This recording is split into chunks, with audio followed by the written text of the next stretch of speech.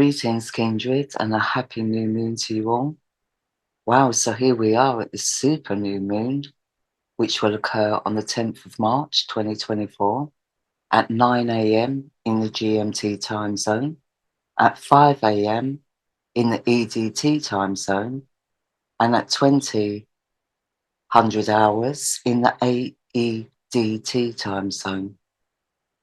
So, as our new moon begins, she will be at 22 degrees in Aquarius, conjunct the sun, as she always is at a new moon.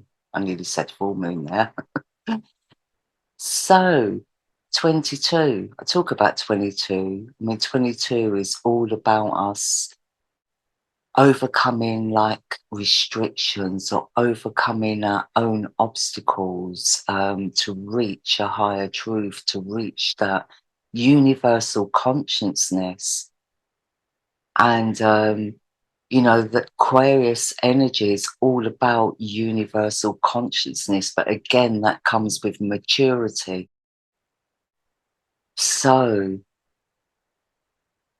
I feel for many, this is going to be a very conflicting time or a very uncomfortable time. And the reason why I say that is, first of all, you know, we have this opposition with our moon and sun to the black moon Lilith and the goddess Juno, who are both currently transiting through Leo. And they are both forming this T square. So really, in a way, it's almost like when we're facing our higher consciousness, we're also facing our self-truth. I mean, this is like the dark night of the soul energy. But the good thing about the moon being in Aquarius is that we can kind of detach ourselves from, you know, excess emotion and actually face things head on. Although it's very, very uncomfortable, I feel like, you know, we can be more in our integrity than in our emotions. Do you know what I mean? But however, it's still a very conflicting energy, especially when it comes to self-doubt, our insecurities. And the only thing that really would stand in the way of that is our ego, you know, and the inability to face the reality of our situations. You know, we've got to overcome that. We've really got to open up the mind and expand the consciousness. And it's also about, you know, universal law. So when we have a dark night of the soul, really, it is the universe's way of telling us, like, you know, it's time for you now to come into your own. It's time for you now to grow, to mature, and to get into your divinity. We've got to get past that self-pride, which is the ego. Also, being authentic, because the thing with Leo is they are great actors, you know, but sometimes we need to just be authentic.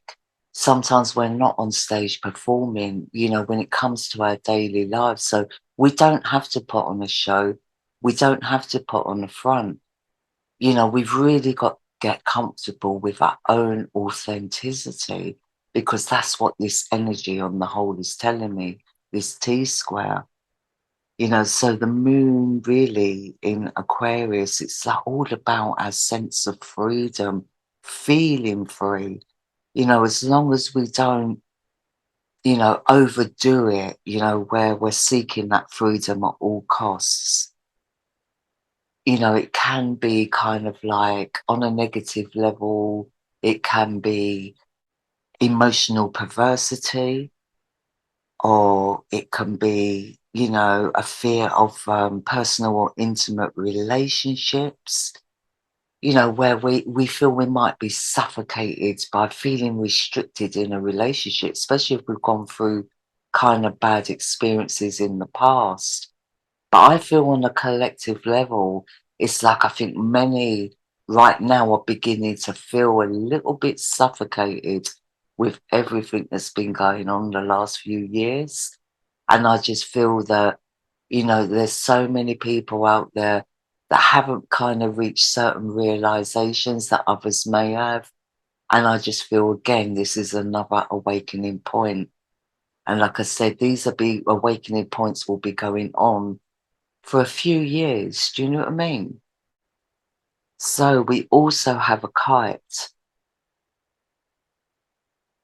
And this kite is Jupiter in trine to the goddess Ceres and in trine to the goddess Juno, back in trine to Jupiter. Now, Uranus is also in trine to the goddess Juno.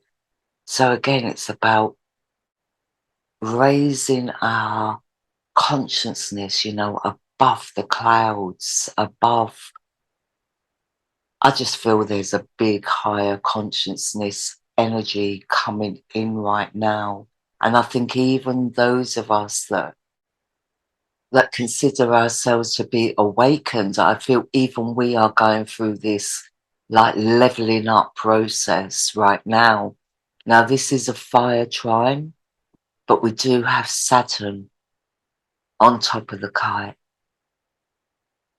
in opposition to the goddess Juno. So really, Saturn is telling us that, whatever hasn't been formed on a solid foundation will basically come apart, will basically be revealed. And the goddess Juno, like I said, especially in Leo, sometimes we can commit to things or stay loyal to things that aren't really for the highest and best, either for ourselves or for the collective. But our sense of loyalty will make us commit to a cause or a person that really, is a little bit iffy. You know what I mean? So I just feel that many people right now are kind of really being forced to take a look at the reality of certain situations, either on a personal level or a collective level, and really coming to terms with, like, not man-made laws, but definitely universal laws. And these universal laws are all about morals and principles, especially since Jupiter's involved here on one side. And then we have goddess Ceres on the other side of this kite. Juno is actually at the bottom. And, like I said, Saturn's at the top. So with Jupiter in trine to Ceres, this is where we're finding comfort through maybe our spiritual beliefs or our faith that we've been committed to, maybe since childhood or have been for a long time. And with the goddess Ceres in trine to the goddess Juno, this is where we're committing to security and comfort. But like I said, we have to be realistic in why we're doing that. And then we have like the goddess Juno back in trine to Jupiter. Now, Juno and Jupiter were actually husband and wife in mythology. So Juno was very loyal to Jupiter, regardless of his infidelities and his neglect of her. So, like, that's the kind of essence that this energy creates. And, with trines, like I say, sometimes, it's a nice, easy flow, but sometimes we can take that flow for granted. And this is fire, so it's all about our passion. And the goddess Vesta here, it's all about our passion and our divinity, our spiritual convictions. Do you know what I mean? So maybe they're needing to be looked at right now. Either we need to, express how we feel about our faith. If we really do see the good in it, then we should feel free to express that. And, we do know there's been a clamping down of that over the last few years, which is kind of like when it comes to faith and religions and stuff like that, I feel like it's all become a little bit out of balance, because it's not equal anymore. It's not based on equality, where each person has a right to follow whatever they feel their soul kind of like connects to. So this is all about, the soul. See, the black moon Lilith, she kind of represents the depth of the soul. And Aquarius, the Aquarian Uranus energy, is about the higher self. So this is when we're going through the dark night of the soul. This is when we come into realization, and the soul actually rises through the spinal cord. It's called the Kundalini. The soul rises through the spinal cord and then reaches up to the higher self, and that's where the union. So it's like a twin flame union that occurs between the soul and the higher self. And I feel that many, have been going through the dark night of the soul over the last few years. And I feel this kind of new moon is more about people now going through that Kundalini awakening, where the soul meets the higher self. As long as we're not holding back on that, we have to sometimes just let go. And this is what the black moon Lilith represents. She represents surrender. And once we surrender, then and it's scary. It is a scary time just to surrender when you don't know what you're surrendering to. It's a time where really you have to kind of be dependent on blind faith and putting our trust in the universe, putting our trust in the universal energies to guide us to the truth, to guide us to the good.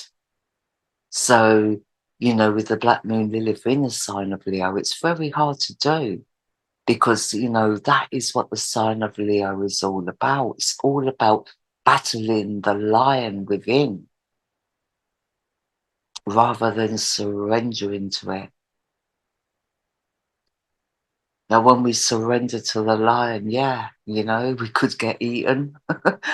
But I think, it's having that faith where we just have to kind of like let it just break free. Do you know what I mean? Just let the lion break free. Just let the ego break free. And then just, I've been through this, and all I can say is at the time it was like horrendous. But the wisdom and the knowledge that came flooded in was kind of, wow. I mean, it was painful to face, but it was also very enlightening. It really made me take a good look at myself from an outsider's perspective, if you like. And just to see things in a different context. And then after that came all this self-love. And it's not an easy process, but believe me, once you do it, the rewards, if you surrender fully to it, the rewards and the karma that comes back to you is actually quite beautiful. And so this is karmic because Saturn does represent karma as well. And with Saturn, it's all about, all the effort that we've been putting in is the rewards or the lessons that we take out. And I just feel that's what this new moon's about. Like I said, for some of us, it could be that we're just leveling up, but others, it's like a completely new experience. And my advice would be to just surrender to it and let it take you where you need to be. And it's on a spiritual level, so we have to let go of materialism. We have to let go of pride. They're all man-made kind of, man-made structures, if you like, since Saturn represents structure. They're all man-made foundations, man-made structures that, if they're not built on solid ground, if they're not built on truth and goodness, then they will fall apart. They will break down. So this is a breaking down of egos, breaking down of pride. And this can also be, out in the public arena as well, going on with, public figures even. So, we can just watch out for that. Getting back to this kite. So when the goddess Juno's entwined to her husband Jupiter, this is about developing the right perspective to work through any problems, and it's also about remaining positive. If we're going to stay in the negative, then that's just going to keep us stuck in a cycle. So with Saturn in sextile to Jupiter here, on top of the kite. So the highs of this kite is coming into our intelligence, finding balance between expansion and consolidation, but with optimism. Do you know what I mean? This is where we can really look ahead and start planning ahead rather than, wanting everything in the here and now. Things seem really gloomy right now. Just know that there is a way out, but it's going to take a plan and it's going to take time. But, time is of the essence, and Saturn is also the ruler of time. So we may have this impulsive urge to break out of restrictions, but we need to use our integrity to make a plan and form solid foundations first. Otherwise, we will just be going through the same thing in the future. So it's better that we do it right from day one and not overlook or skip over what's important. Also, we have another T-square with Saturn, who's in opposition to the goddess Juno in this kite, but they are both forming a T-square as well towards the goddess Pallas. And Pallas is all about our perspective, our pattern recognition. And in Scorpio, this is wow, this is good detective stuff, Scorpio is really good at getting to the bottom of things. He will leave no stone unturned. So with Pallas there, it is putting pressure on us to see things clearly as they are.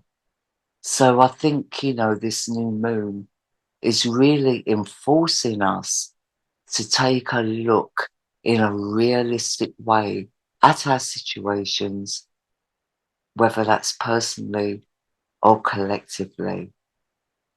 And, maybe with Saturn in opposition, this is where we can also feel trapped or pressured into committing to authorities or man-made rules. But we really should be following the universal rules, the natural, organic way of life. And just really, we all know in our hearts what is good, what is right, and what is wrong. I'm not going to say what is good and what is bad, because what is bad for one person might be good for another. So it really is all about a personal and individual perspective, and we can only really have a perspective based on the knowledge we already hold. So, again, some of us may need to expand our minds out there, or maybe we're being forced to do that. There is a lot going on at the moment where we are waking up to things, where we are seeing things pretty clearly, or we feel to investigate, and there's no harm in that, but sometimes we can be distracted by conflicting information. So really, that's where we need to sit down and use our wisdom and what we truly resonate with on a deeper level when we are doing our research. You know, we shouldn't just be jumping to conclusions because that is following the ego. You know, we must really be able to take a good look at things and see them in a realistic sense. Do you know what I mean? And I really do feel this new moon is giving us all an opportunity to do that. Because if we are going to be sticking to what we already know, then, you know, that puts a block on things. That puts a block on our authenticity.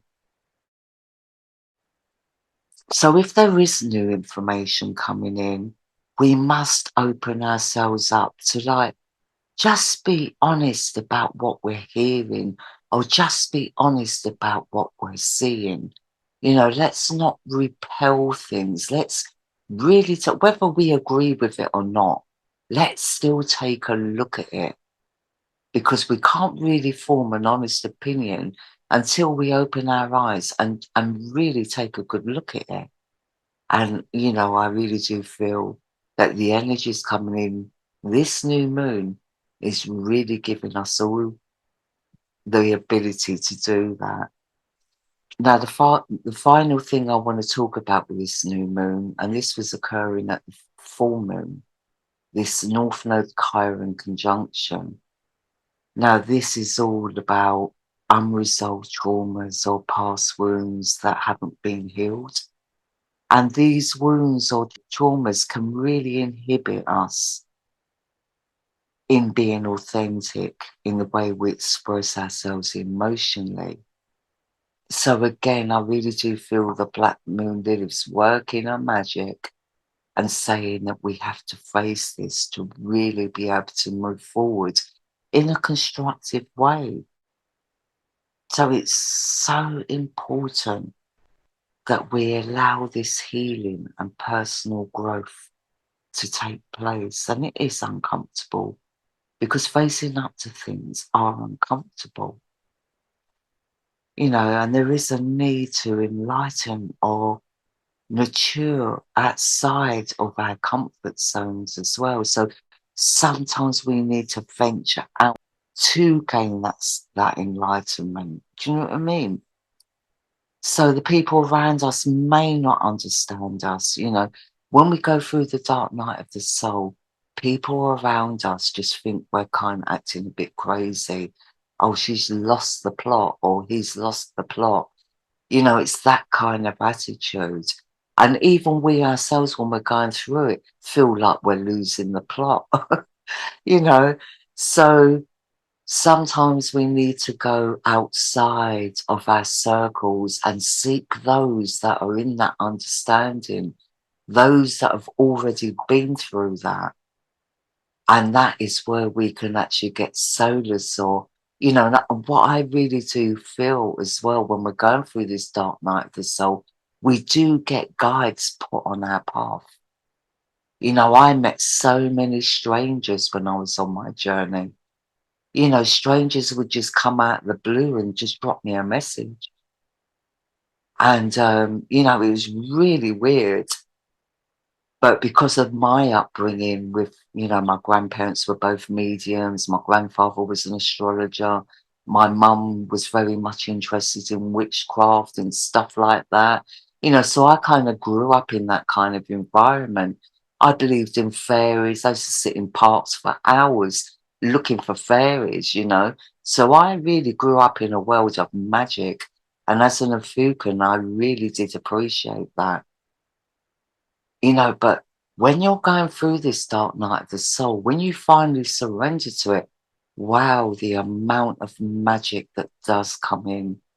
And it is a magical time. You know, you just see beyond the vow of the man-made structures, the man-made, you know, inhibitions, because there is something in this world, in the organic world, that is really beautiful and magical. And it speaks to us if we are open to hear it. without thinking we're going mad and all that stuff, you know? So I just feel that rather than clamming up and shutting down, I think, we should really be open to expressing our true feelings this new moon. And if the people around us don't really understand that, then I would definitely seek those that do and would. But again, I always say use caution because you've got people out there that can take advantage, but allow the universe to be your guide because the universe will guide the right people to you and you to the right people. And, for those of us that are leveling up this new moon, yeah, it's going to be, I feel some wonderful experiences coming in, this great sense of like freedom or wanting to break free or coming into clarity or wanting to research and find the truth. Do you know what I mean? So, yeah, I'm going to leave it there for this new moon. And yeah, I'm sending you all so much love. But just one little warning before we go. A heads up, I should say, anyway. And I will be writing an article very soon on this for you all. I'm posting it up on my website and I'll let you know when I've posted that. But Mercury will go into pre-shadow on the 19th of March at 23 degrees in Pisces. Now, Mercury won't actually go into retrograde until the 1st of April here in the GMT time zone. So it'll be the 2nd of April in the AEDT time zone. But it will still be the 1st of April in the EDT time zone. So in the AEDT, it will be the 2nd of April. And Mercury will begin his retrograde at 35 degrees in Pisces. But like I said, the pre-shadow will start on the 19th at 23 degrees Pisces. So yes, I'm going to leave it there. And like I said, I'm wishing you all peace and much love. Take care.